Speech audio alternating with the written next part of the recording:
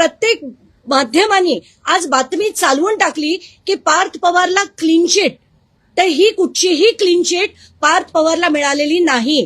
दुसरं म्हणजे मागे जी चार्जशीट फाईल झाली होती पोलीस डिपार्टमेंटकडनं, कारण 2 FIR आहेत या प्रकरणात, एक बावधनला आहे आणि एक खडकला आहे. तर बावधनच्या FIR मध्ये, खडकच्या FIR मध्ये जी चार्जशीट झाली होती त्या दोन्ही FIR मध्ये पार्थ पवारचं नाव पहिल्या दिवशीपासून नाहीये. म्हणून तर आमचा खरा लढा होता की त्याचं नाव FIR मध्ये का नाही, आणि जर FIR मध्ये त्याचं नाव नाहीये तर चार्जशीट मध्ये नाव येण्याचा प्रश्नच येत नाही. आणि आम्ही हा प्रश्न जेव्हा आधी कलेक्टरांना, सगळ्या अधिकाऱ्यांना विचारत होतो, त्यांचं असं म्हणणं होतं की FIR मध्ये नाव नंतर घातलं जाईल. तर म्हणून आत्ताच्या घटनेला जी चौकशी चालू आहे, चौकशी पूर्ण झालेली नाही. आत्ताच्या घटनेला शीतल तेजवानीला बेल मिळू नये म्हणून एक चार्जशीट फाईल झाली होती, आणि त्या चार्जशीट फक्त सीमित शीतल तेजवानी पुरतीच होती. त्याच्यात पार्थचं नाव येण्याचा प्रश्नच उठत नाही. म्हणून मला माध्यमांना विनंती आहे की चुकीच्या बातम्या देऊ नका.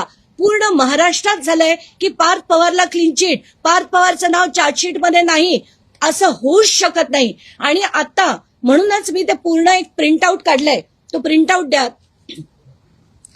हा पॉवर ऑफ अटॉर्नी आहे. शीतल तेजवानी,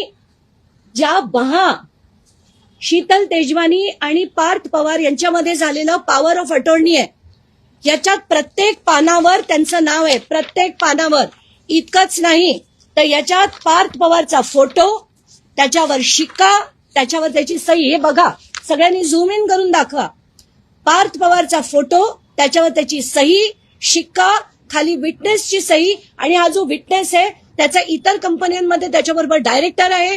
इतकंच नाही तर हे नोटाराइज्ड आहे. याच जमिनीचा व्यवहार पार्थ पवारनी शीतल बरोबर केलेला. ही पॉवर ऑफ अटॉर्नीची कॉपी सुद्धा मी खारगे समितीला दिली आहे. म्हणून खारगे समिती त्यांना याच्यातनं बाहेर काढूच शकत नाही, आणि काढलं तर खारगे समितीला मी धारेवर धरणार आहे. आणि एवढंच नाही तर हायकोर्टापर्यंत याच्या विरुद्ध मी लढा देणार आहे.